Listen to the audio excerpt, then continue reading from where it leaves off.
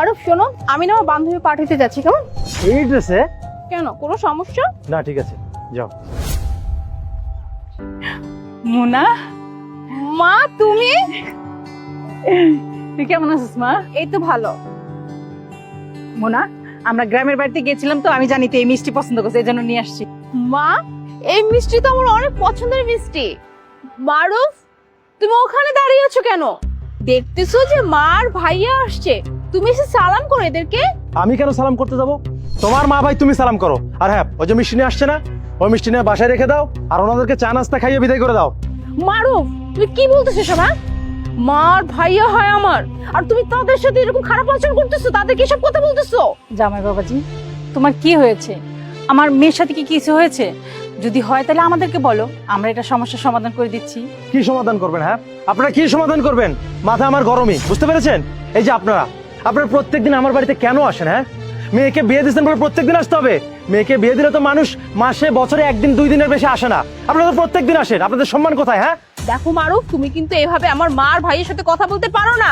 আর মার ভাই তোমার তো কিছু হয়, তাই না? কিভাবে কথা বলছেন? কিভাবে কথা বলছি? যেভাবে কথা বলো সেভাবে কথা বলছি। তোমার মা ভাই তো ছোট লোক, ফকিন্নি, তাদের সাথে কিভাবে কথা বলবো? তাদের সাথে যেভাবে কথা বলো সেভাবে বলছি। ওরা যে এত ছোট লোক, ফকিন্নি, আমি যদি জানতাম আমি কখনো ওদের বাড়ি মেয়েকে বিয়ে করতাম না। ওই, তোমার সাহস কি করে হলো? হ্যাঁ, আমার গায়ে হাত তোলার? আমি তোমার হাজবেন্ড, তুমি আমার স্ত্রী, তুমি আমার গায়ে হাত তোলার সাহস পাও কিভাবে বলো তো? মারুফ, তোমার সাহস তো কম না। তুমি আমার সামনে দাঁড়িয়ে আমার বোনের গায়ে হাত তুলছো। কোনো সমস্যা থাকলে আমাকে বলো, আমি সমাধান করে দেবো। তাই বলে তুমি আমার বোনের গায়ে তো হাত তুলতে পারো না, তাই না? কত না প্রশংসা করলি তুই তোর স্বামীর বাড়ির, তোর শ্বশুর শাশুড়ি তোকে খুব ভালোবাসে। আমাদের সামনেই যখন তোর গায়ে হাত উঠাতে দ্বিধাবোধ করলো না, আমাদের অগোচরে তোকে না যেন কত মারধর করে। মা, মা বিশ্বাস করো, ও কখনোই আমার সাথে খারাপ ব্যবহার করে না, উচ্চ স্বরে কথাও বলে না। কিন্তু আজকে ও কেন যে তোমাদের সামনে আমাকে মারলো, আমি তো এটাই বুঝতেছি না। আমার মেয়ে কি অপরাধ করেছে আমাদেরকে বলো, আমরা সেটা সমাধান করছি। ও আচ্ছা, আপনারা শুনতে যাচ্ছেন আমি কেন এরকম বিহেভ করতেছি, তাই না? শুনুন তাহলে। এই যে আপনার মেয়ের ড্রেস আপ দেখেন তো, কি টাইপের ড্রেস আপ পরে আছে। আমার মা অসুস্থ, আমার মার সাথে সবসময় চাকরানির মতো ব্যবহার করে। যে আপনার মেয়ে, আমি আপনার মেয়েকে সবসময় বোঝানোর চেষ্টা করেছি আমার মা মানে তো তোমার মা, কিন্তু সে বুঝে না। কি বলে জানেন? বলে তোমার মা মানে তোমার মা। আমার তার সাথে ভালো ব্যবহার করার কোনো ইচ্ছা নেই। আমার মার সাথে সবসময় চাকরানির মতো ব্যবহার করে, আমার মাকে দিয়ে সারা দিন খাটায়। এই যে আপনার মেয়েকে যদি আমি কোনো কিছু বলতে যাই, কি বলে জানেন? বলে আমাকে ডিভোর্স দাও, আমি চলে যাবো। আর হ্যাঁ, তুমি ডিভোর্স চাইতে না? এই যে তোমার মা তোমার ভাইয়ের সামনে আমি বলছি তোমাকে ডিভোর্স দিব। যাও, ওনাদের সাথে চলে যাও, যাও বলতেছি। মুনা, জামাই কি বলতেছে? তোর শ্বশুর শাশুড়ির সাথে এরকম খারাপ ব্যবহার করিস তুই? ছি ছি মুনা, আমরা এটা তোর কাছ থেকে আশা করিনি।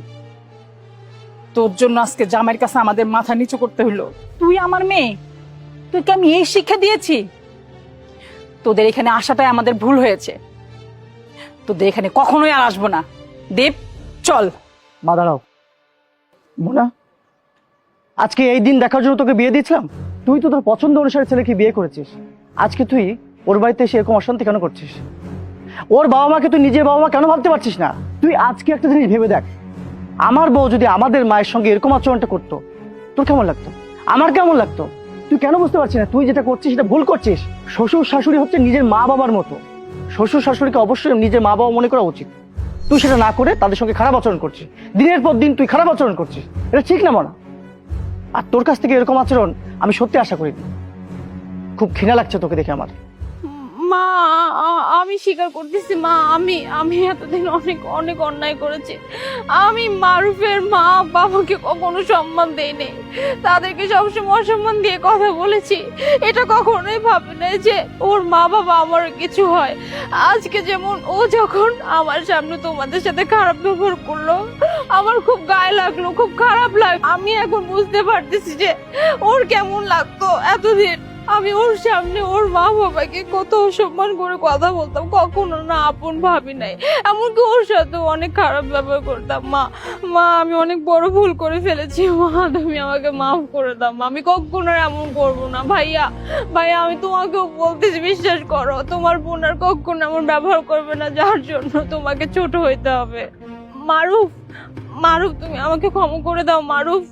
আমি তোমার মা বাবার সাথে অনেক অন্যায় করেছি মারুফ, তাদের সাথে অনেক খারাপ আচরণ করেছি মারুফ, আর কখনো এমন করবো না। প্লিজ তুমি আমাকে আরেকটা বার সুযোগ দাও, দেখো আমি আর কখনো তোমাকে কমপ্লেন করার সুযোগ দিব না। প্লিজ মারুফ আমাকে ক্ষমা করে দাও। আচ্ছা ঠিক আছে, তুমি যেহেতু তোমার ভুলটা বুঝতে পেরেছো এতেই অনেক কিছু। আর আমি জাস্ট তোমাকে এটুকু বোঝানোর জন্য আমি এই ব্যবহারটা করেছি। মা প্লিজ আমাকে মাফ করে দিবেন, আপনার ভাইয়ের সাথে খারাপ ব্যবহার আমি করেছি। বিশ্বাস করেন মা, আমি এই খারাপ ব্যবহারটা করতে চাইনি। এই যে আপনার মেয়ে সবসময় আমার মা বাবার সাথে খারাপ ব্যবহার করতো, আমার ফ্যামিলির প্রত্যেকটা মানুষের সাথে খারাপ ব্যবহার করতো, আমার মা বাবাকে চাকরানির মতো খাটাতো, তাদের সাথে চাকরানির মতো বিহেভ করতো। এই জন্য আমি আপনাদের সাথে এই ব্যবহারটা করেছি। জাস্ট ওকে বোঝানোর চেষ্টা করেছি যে মা বাবার সাথে খারাপ ব্যবহার করলে কেমন লাগে। প্লিজ আমাকে মাফ করে দিবেন। আমার না বাজে কোনো ইন্টেনশন ছিল না যে আমি আপনাদের সাথে খারাপ ব্যবহার করবো, আপনাদের সাথে বাজে ব্যবহার করবো। প্লিজ ভাইয়া মাফ করে দিন, আমি অন্যায় করেছি। না বাবা, তোমার ক্ষমা চাইতে হবে না। তুমি যেটা করেছো একদম ঠিক কাজটাই করেছো। ওকে শিক্ষা দেওয়ার জন্য এটাই একমাত্র রাস্তা ছিল। মা প্লিজ আপনার এখানে দাঁড়িয়ে না থেকে আমার সাথে ভিতরে চলো। তাই তোমার আজকে কোথাও যেতে হবে না, ভিতরে মাদেরকে নিয়ে চলো।